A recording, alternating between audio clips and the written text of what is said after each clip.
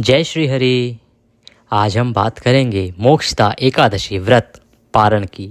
व्रत पारण कब किया जाएगा, कैसे किया जाना चाहिए, क्या विधि होनी चाहिए, क्या मंत्र होगा, क्या भोग लगाना चाहिए, नियम क्या हैं, व्रत के नियम क्या हैं और पारण के नियम क्या हैं। क्योंकि यदि एकादशी के व्रत में पारण में नियमों की अवहेलना होगी, अर्थात नियमों को तोड़ा जाएगा या गलती से नियम टूट जाते हैं, तो व्रत का फल प्राप्त नहीं होता है, साथ ही आप पाप के भागीदार भी बनते हैं। व्रत के पूर्णता के लिए आवश्यक है कि उसका पारण किस प्रकार से किया जाता है। एकादशी का व्रत बहुत अधिक फलदायी है, बहुत अधिक पुण्यदायी है। एक व्रत आपके जन्म जन्म के पापों को नष्ट कर देता है, परंतु यह फल इतनी आसानी से नहीं मिलता। इसके लिए कठोर नियमों का पालन करना होता है। कहीं ऐसा तो नहीं कि आप बहुत समय से एकादशी का व्रत तो कर रहे हैं, परंतु फल प्राप्त नहीं हो रहा है। आप इतने सालों से व्रत करने के बाद भी परेशान के परेशान रहते हैं, आर्थिक हालात सही नहीं चल रहे हैं, या घर में क्लेश बहुत है, या किसी और प्रकार की परेशानी जीवन में चल रही है। क्या कारण है कि इतने व्रत करने के बाद भी आपको भगवान श्रीहरि का सानिध्य प्राप्त नहीं हुआ है, उनका आशीर्वाद प्राप्त नहीं हुआ है और परेशानियों से छुटकारा नहीं मिला है? तो जानना आवश्यक हो जाता है कि नियम क्या है। क्या आप सही प्रकार से पारण करते हैं या गलती से कुछ जाने अनजाने में गलतियां हो रही हैं, जिसके कारण आपको पुण्य की जगह पाप प्राप्त हो रहा है। आप देख रहे हैं देवभूमि ज्योति संस्थान का यूट्यूब चैनल देवभूमि धार्मिक। आज हम बताएंगे आपको कि पारण में किन बातों का विशेष रूप से ध्यान रखना चाहिए। देखिए, व्रत के नियम बहुत अधिक होते हैं। उसमें कुछ नियम ऐसे होते हैं जिनको मॉडिफाई किया जा सकता है, अर्थात जिनको छोड़ा भी जा सकता है, तोड़ा मरोड़ा भी जा सकता है। परंतु कुछ नियम ऐसे होते हैं जो मूलभूत होते हैं, जैसे कि मूलभूत सिद्धांत होते हैं, उसी प्रकार से कुछ मूलभूत नियम होते हैं। उनको बिल्कुल भी नहीं छोड़ा जा सकता, बिल्कुल भी तोड़ा और मरोड़ा नहीं जा सकता। उनका पालन करना ही होता है किसी भी हालत में। तो वो कौन से नियम हैं जिनका आपको अवश्य ध्यान रखना है, और वो कौन से नियम हैं जिनको आप बदल सकते हैं या जिनको छोड़ सकते हैं। पारण कब करना है, विधि क्या होगी, ये सब चर्चा आज हम इस वीडियो में करेंगे। वीडियो को आरंभ करें उससे पहले आपसे निवेदन है कि मनोकामना पूर्ति के लिए और अपने व्रत की सफलता के लिए कमेंट बॉक्स में अवश्य लिखें ओम नमः भगवते वासुदेवाय या जय श्री हरि। विज्ञान भी मानता है कि जब भगवान का नाम या मंत्र लिखा या बोला जाता है ना, तो उससे एक पॉजिटिव एनर्जी जनरेट होती है, एक सकारात्मक ऊर्जा बनती है, और वह सकारात्मक ऊर्जा आपके जीवन में सकारात्मक परिवर्तन लेके आती है, आपके जीवन में खुशियाँ लेके आती है। तो उन खुशियों की प्राप्ति के लिए, जीवन में सकारात्मक परिवर्तनों के लिए अवश्य लिखें भगवान श्री हरि का मंत्र ओम नमः भगवते वासुदेवाय या जय श्री हरि। आइए आरंभ करते हैं। मोक्षदा एकादशी का जो व्रत है उसके नियम तो आप सभी जानते हैं, दशमी तिथि से आरंभ हो जाते हैं। हमने पहले भी बताया है वीडियो में, दशमी तिथि को आपको दोपहर के बाद अन्न ग्रहण नहीं करना चाहिए।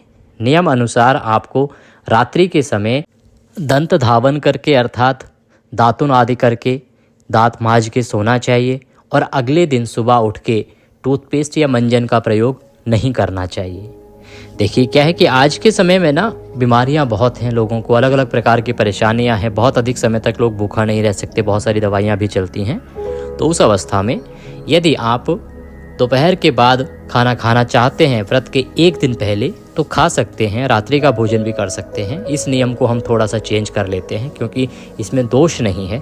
परंतु दोष क्या है कि आपको लहसुन प्याज आदि नहीं खाना है। तामसिक पदार्थों का प्रयोग तो 24 घंटे पहले ही बंद कर दिया जाना होता है। इसीलिए आप खाना तो खा लीजिए, अन्न तो खा लीजिए रात्रि को व्रत के एक दिन पहले, परंतु तामसिक पदार्थ अर्थात लहसुन प्याज आदि बिल्कुल ना खाएं। कुछ लोग मांस मदिरा का सेवन करते हैं, उन्हें बिल्कुल भी एक दिन पहले हाथ नहीं लगाना चाहिए, त्याग देना चाहिए। ये बहुत आवश्यक नियम है जिसको मानना है। हाँ, आप रात्रि को भोजन कर सकते हैं। उसके बाद दातुन आदि करके या टूथब्रश करके फिर सोइए, ताकि मुंह में किसी प्रकार का अन्न का दाना ना रहे। अगले दिन सब जब उठेंगे ना, तो उस समय आपको जो ब्रश कर रहे हैं तो या तो दातुन का प्रयोग करें। अगर दातुन आपके पास नहीं है तो देखिए, मंजन या टूथपेस्ट जो होती है उसका प्रयोग तो बिल्कुल भी ना करें। कारण, क्योंकि इन दोनों ही चीज़ों में या तो केमिकल होते हैं या तो नमक आता है। नमक और केमिकल दोनों ही यदि आप ग्रहण करते हैं, खाते हैं, क्योंकि आप पेस्ट करेंगे मुंह पे तो जीभ पे जाएगा, जीभ पे जाएगा तो मुंह में गया, आपका व्रत खंडित माना जाएगा। इसीलिए आपको ये दोनों ही चीज़ें प्रयोग में नहीं लानी चाहिए। स्नान आदि करके पूजा विधि आपको बताई है, उस विधि से आप पूर्ण पूजा की होगी, व्रत कर लिया। दिन में आपको कुछ नियमों का और पालन करना होता है। संयम बहुत बड़ा नियम है, उसमें से संयम आपको रखना होता है पूरे 24 घंटे, क्योंकि जो एकादशी का व्रत है ना, ये एक दिन का व्रत नहीं है, ये 24 घंटे का नियम है। इसमें आपको संयम बहुत अधिक रखना होता है। इसमें ये एक प्रकार से साधना है। ईश्वर कहते हैं, हमारा शास्त्र कहता है कि व्रत का मतलब केवल भूखा रहना नहीं है। व्रत का मतलब है जीवन को संयमित रखना, एक प्रकार से परीक्षा देना। संयमित किस प्रकार से? संयम आपको वाणी पे रखना होता है, संयम आपको अपनी भावनाओं पे रखना होता है। अर्थात किसी के साथ अपशब्दों का प्रयोग ना करें, किसी पे क्रोध ना करें, किसी के साथ लड़ाई झगड़ों में उलझे नहीं, किसी से वैर भाव मोल ना लें, किसी के प्रति द्वेष की भावना ना रखें, घर में शांत वातावरण रखें, किसी प्रकार का कलह कलेश घर में ना हो। भगवान श्रीहरि के चरणों में मन को लगाते हुए दिन को आपको व्यतीत करना होता है। मन पर आपको नियंत्रण रखना होता है और सबसे बड़ा आपको ब्रह्मचर्य का पालन करना होता है। ब्रह्मचर्य बहुत बड़ा नियम है जो कि किसी भी व्रत में नहीं टूटना चाहिए, और एकादशी व्रत में तो इसका बहुत अधिक महत्व है। ये ब्रह्मचर्य का नियम जो लोग शादीशुदा हैं उनके लिए भी है और जो नहीं हैं उनके लिए भी। ये हम विशेष रूप से इसलिए बता रहे हैं, वैसे तो आप कह सकते हैं जो नहीं है वो तो ब्रह्मचर्य का पालन करते ही हैं, परंतु आज का समय बदल गया है। आप 2024 में चल रहे हैं, तो 20वीं सेंचुरी में बहुत सारी चीज़ें, 21वीं सदी में बहुत सारी चीज़ें बदली हैं। इसीलिए हम उन अनुभवों के आधार पर, क्योंकि लोग हमें लिखते हैं और उसी के आधार पर हम आपको बता रहे हैं, चीज़ों को ऐड करते हैं अपने वीडियो में जैसे जैसे आपके सवाल आते हैं। पिछले कुछ समय में ऐसे सवाल हमारे पास आए हैं जिसमें कुछ लोग इस प्रकार के सवाल करते हैं कि हम शादीशुदा ज़िंदगी में हैं तो क्या अपने पति के साथ या अपनी पत्नी के साथ भी हमें ब्रह्मचर्य का पालन करना होगा क्या? जी बिल्कुल करना होगा। ये बहुत आवश्यक नियम है, क्योंकि ब्रह्मचर्य शुद्धि का पाठ है और व्रत का मतलब ही शुद्ध और पवित्रीकरण से है। पवित्र रहना है आपको। यहाँ दूसरा अर्थ ना निकाल लिया जाए कि आप जब इस प्रकार से संबंध में रहते हैं तो हम उसको अपवित्र नहीं कह रहे हैं, लेकिन व्रत का मतलब है संयमित होना, संयम, साधना। इसमें आवश्यक होता है मन पर नियंत्रण होना। तो इसीलिए जो ब्रह्मचर्य है वो संयम का पाठ होता है। इसलिए हमने कहा है कि ब्रह्मचर्य का आपको पालन करना है और ये बहुत आवश्यक नियम है। यदि आपने ब्रह्मचर्य का पालन नहीं किया है तो आपका व्रत अवश्य ही न केवल खंडित होगा, आप पाप के भागीदार भी बनेंगे। हमारे पास कुछ ऐसे भी सवाल आते हैं कि कुछ केसेस में किसी के हस्बैंड्स नहीं समझ रहे हैं तो उसमें क्या किया जाए? प्रयास कीजिए कि वो माने, प्रयास कीजिए, उनको मानना ही चाहिए। ईश्वर उनको अवश्य ही सद्बुद्धि देगा अगर वो नहीं समझ पा रहे हैं तो। दूसरा, आप ऐसे में गलती से अगर आपसे ऐसा हो जाता है तो अगले दिन जब आप पारण करेंगे ना तो उसमें एक क्षमा याचना आती है, हम पुष्पांजलि करते हैं। उसमें आप क्षमा याचना के दौरान भगवान से इसके लिए क्षमा मांग सकते हैं। हम जब पुष्पांजलि करेंगे तो हम उस समय में आपको पुनः याद दिलाएंगे कि आप यहाँ पर उन गलतियों के लिए माफ़ी मांग सकते हैं। लेकिन जो क्षमा है वो अनजाने में हुई गलतियों की होती है, जानबूझ के की हुई गलतियों की नहीं। यदि आप गलती जानबूझ के करते हैं और आप सोचते हैं आप क्षमा मांग लेंगे तो ये आपको दुगने पाप का भागीदार बनाती है, क्योंकि आप जानबूझ के एक प्रकार से भगवान को ही छल करने की प्रयास कर रहे हैं। तो ऐसा आपको बिल्कुल नहीं करना चाहिए। इन नियमों का पालन करते हुए आप व्रत को करेंगे। सायंकाल को अगर संभव हो तो आपको कीर्तन करना चाहिए, जागरण करना चाहिए और पृथ्वी पर संभव है तो शयन करना चाहिए। अब बात आती है पारण वाले दिन आपको क्या करना है, पूजा विधि क्या होनी चाहिए। तो पूजा विधि की हम बात करते हैं, उसके बाद कुछ और नियमों की बात करेंगे कि पारण का जो निर्धारण है वो किस प्रकार से होता है, उसके लिए क्या प्रमुख नियम है जिनको आपको मानना ही चाहिए। पारण वाले दिन आप सूर्योदय से पहले अवश्य उठ जाएं। प्रयास करें ब्रह्म मुहूर्त में अगर उठ सकें तो, अगर ब्रह्म मुहूर्त में ना उठ पाएँ तो सूर्योदय से पहले अवश्य उठ जाएं। उठने के बाद स्नान आदि करके भगवान सूर्य को जल देंगे। जल में आप लोटे में थोड़ी सी रौली डाल लीजिए और लाल पुष्प अगर आपके पास है, लाल रंग का फूल, तो वह उसमें डालिए और उससे आप भगवान भास्कर को जल दीजिए। आज के दिन बहुत उत्तम रहेगा। जल देने के बाद आपका जो पूजा स्थल है वहाँ पर आसन लगा के बैठ जाएं। पूजा जहाँ आपने एकादशी की होगी, यदि आपने एकादशी की पूजा नहीं की है, वीडियो हमारा देर से मिला आपको, तो जो भी स्थान है आपका पूजा का वहाँ पे आप पूजा करेंगे। मंदिर है तो मंदिर में, मंदिर नहीं बना रखा है तो कहीं भी जो उचित लगे घर में जगह जहाँ आप पूजा करते हो वहाँ आसन लगा लीजिए। इसके लिए आपको छोटी सी सामग्री चाहिए जो सभी घरों में होती है। भगवान की एक तस्वीर होनी चाहिए आपके पास। एक लोटा ले लीजिए, साफ़ सुथरा मंजा हुआ लोटा, उसमें शुद्ध जल भर लीजिए और उसमें थोड़ा सा गंगाजल मिला लीजिए। रौली, मौली, पान, सुपारी, लौंग, इलायची, घी का दिया लगाइए, गोल बाती वाला दीपक, धूप, खुले फूल, फूल माला अगर आपके पास है तो बहुत उत्तम रहेगा। और भोग लगाने के लिए या तो मिश्री रख लीजिए, कुछ मिठाई है आपके पास शुद्ध तो वह रख लीजिए, या फल कोई है तो ऋतुफल रख लीजिए। ये पूजा में प्रयोग होगा, पारण का भोग अलग से लगेगा। ये सामग्री लेके आसन लगा के बैठ जाएं। सबसे पहले भगवान की तस्वीर की स्थापना की जाती है। आपके पास कोई चौकी है लकड़ी की तो उसके ऊपर आप रखिए पीला वस्त्र बिछा के, नहीं है तो कोई लकड़ी का पटरा आदि है तो उसके ऊपर रख लीजिए भगवान की तस्वीर। वो भी नहीं है तो आप ज़मीन पर भी, पृथ्वी पर भी तस्वीर को रख सकते हैं, लेकिन रखें उससे पहले आपको बताते हैं उससे पहले करना क्या है आपको। देखिए, भगवान को जब भी स्थापित किया जाता है ना तो कुछ नियम होते हैं। सबसे पहले स्थान का शुद्धिकरण और फिर भगवान को आसन दिया जाता है। चलिए वो करते हैं। पहले जिस स्थान पर आपको तस्वीर रखनी है ना, वहाँ पर लोटे में जो आपने जल लिया है, जिसमें गंगा जल मिला लिया है, वहाँ से उस लोटे से जल लीजिए और वहाँ पे छींटे दे दीजिए। छींटे दे के वहाँ पर आसन के रूप में भगवान को पुष्प बिखरा दीजिए कि आप भगवान को आसन दे रहे हैं पुष्प के रूप में। तो वहाँ पर थोड़े से फूल, खुले फूल बिखरा दीजिए और उनके ऊपर भगवान की तस्वीर या प्रतिमा आप स्थापित कर दीजिए, रख दीजिए। इस प्रकार से भगवान की स्थापना हो गई, उनको आसन भी दे दिया गया और स्थान का पवित्रीकरण भी हो गया। अब हम पूजा आरंभ करेंगे तो उसके लिए आप अपने हाथों को सबसे पहले धोएंगे। चम्मच से अपने हाथों पे थोड़ा जल दीजिए। ओम हस्तो प्रक्षालनम, अपने हाथ धो लीजिए। उसके बाद आप जलाचमनी करेंगे। जलाचमनी ओम माधवाय नमः, जल लीजिए 1 चम्मच, उसको पी लीजिए। ओम केशवाय नमः, फिर से 1 चम्मच जल हाथ में लीजिए, उसको पी लीजिए। ओम नारायणाय नमः, फिर से 1 जल लीजिए 1 चम्मच और उसको पी लीजिए। ओम ऋषिकेशाय नमो नमः, हाथ धो लीजिए। अब आप अपने आप को तिलक लगाइए पहले, और मौली आपके पास है, मौली बांध लीजिए। ये होती है पहले यजमान की पूजा। जब भी भगवान की पूजा की जाती है तो पहले जो यजमान कौन, जो पूजा करने वाले हैं, उनकी पूजा अर्थात उनको तैयार किया जाता है, उनको इस योग्य बनाया जाता है कि वो अब भगवान की पूजा करें। अब आप पूजा करने के योग्य हो गए हैं। अब आप भगवान की पूजा आरंभ करेंगे।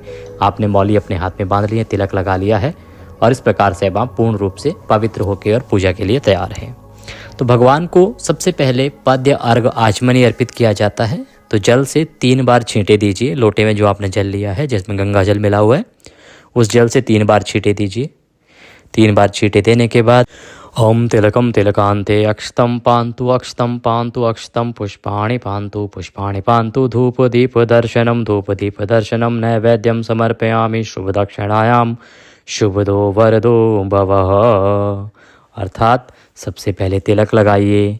जब आप ये सब कर रहे हैं तो कोई मंत्र आपको ना आता हो, कोई बात नहीं। सबसे बड़ा मंत्र है ओम नमः भगवते वासुदेवाय।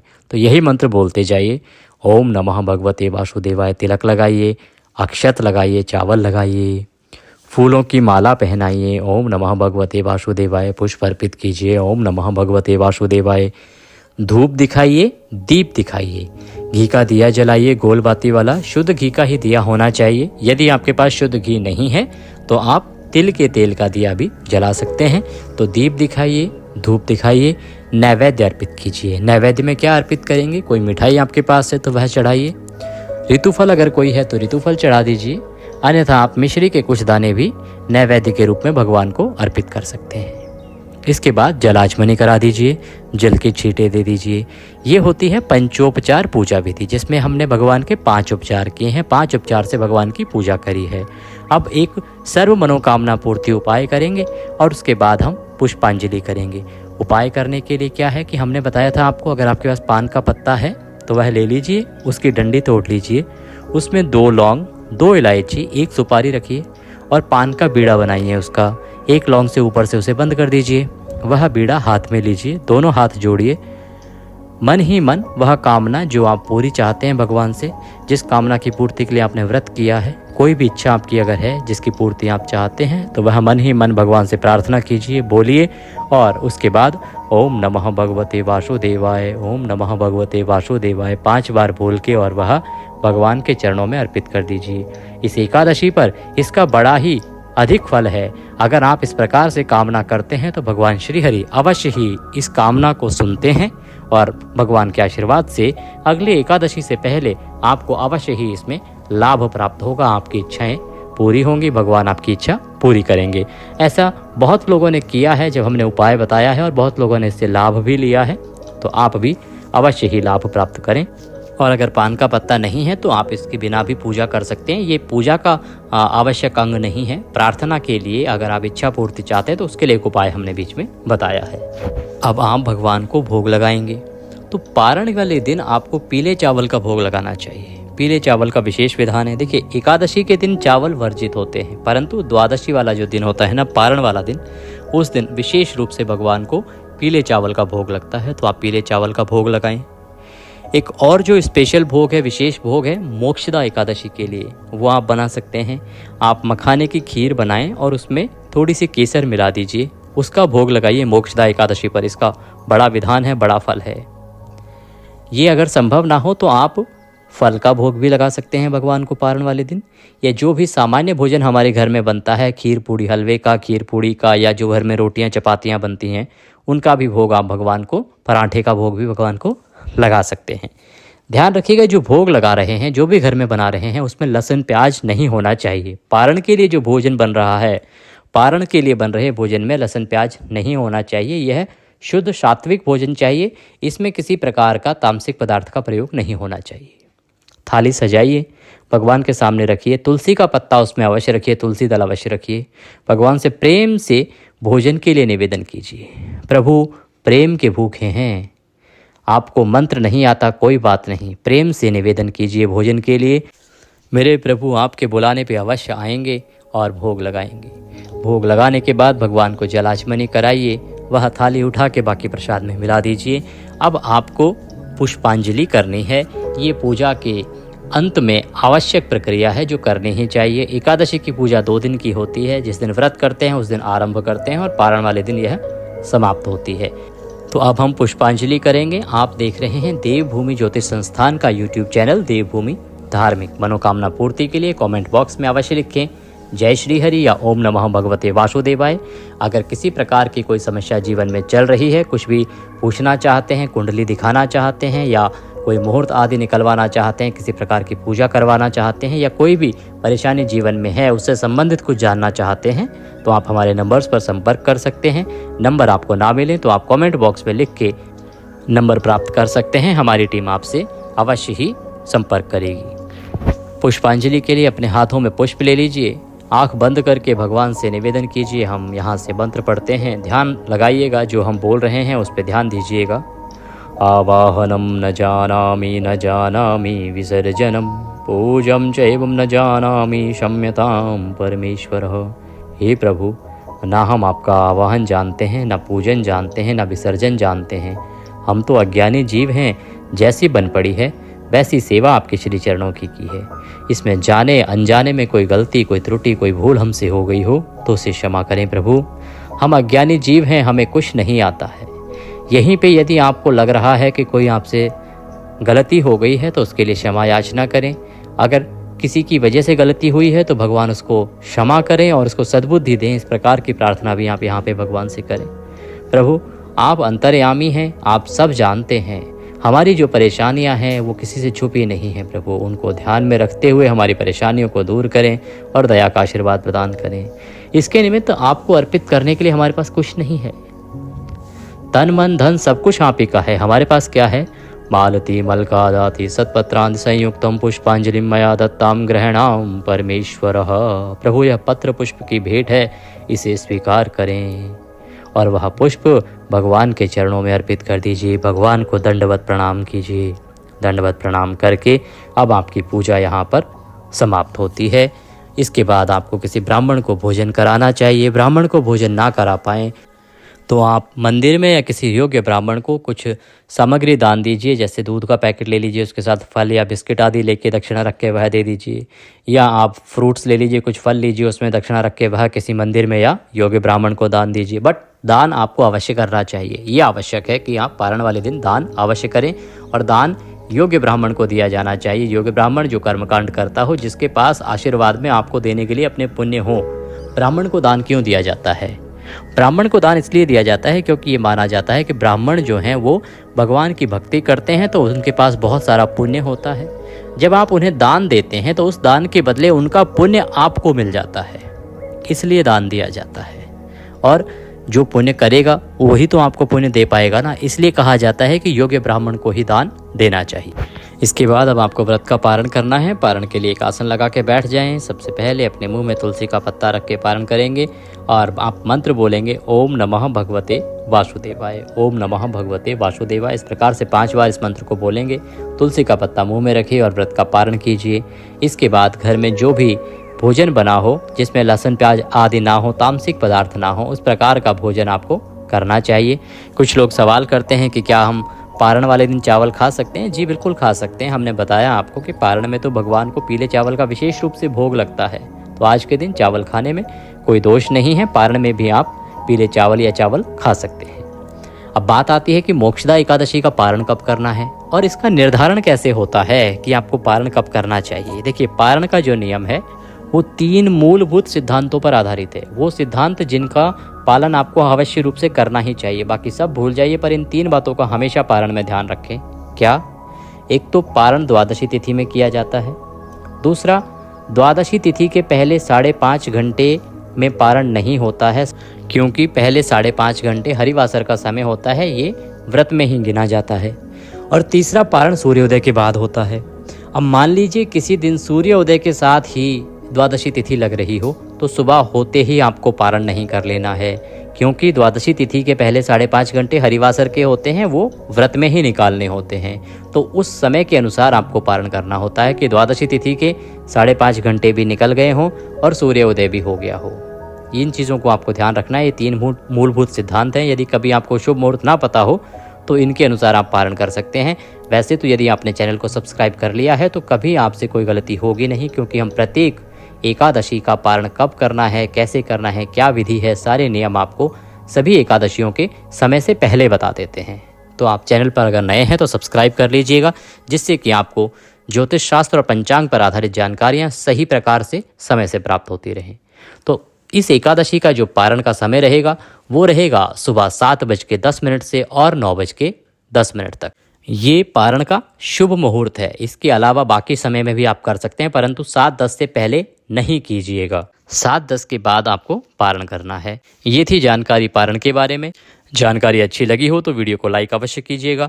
सभी लोगों के काम की है, क्योंकि एकादशी का व्रत सभी लोग करते हैं, तो कृपया वीडियो को अवश्य शेयर कीजिएगा ताकि सभी लोग इसका लाभ ले सकें। चैनल पर नए हैं तो सब्सक्राइब कर लीजिएगा और कमेंट बॉक्स में अवश्य लिखिएगा जय श्री हरि या ओम नमः भगवते वासुदेवाय। भगवान सबका कल्याण करें, आपकी सभी मनोकामनाएं पूरी हों। जय श्री हरि।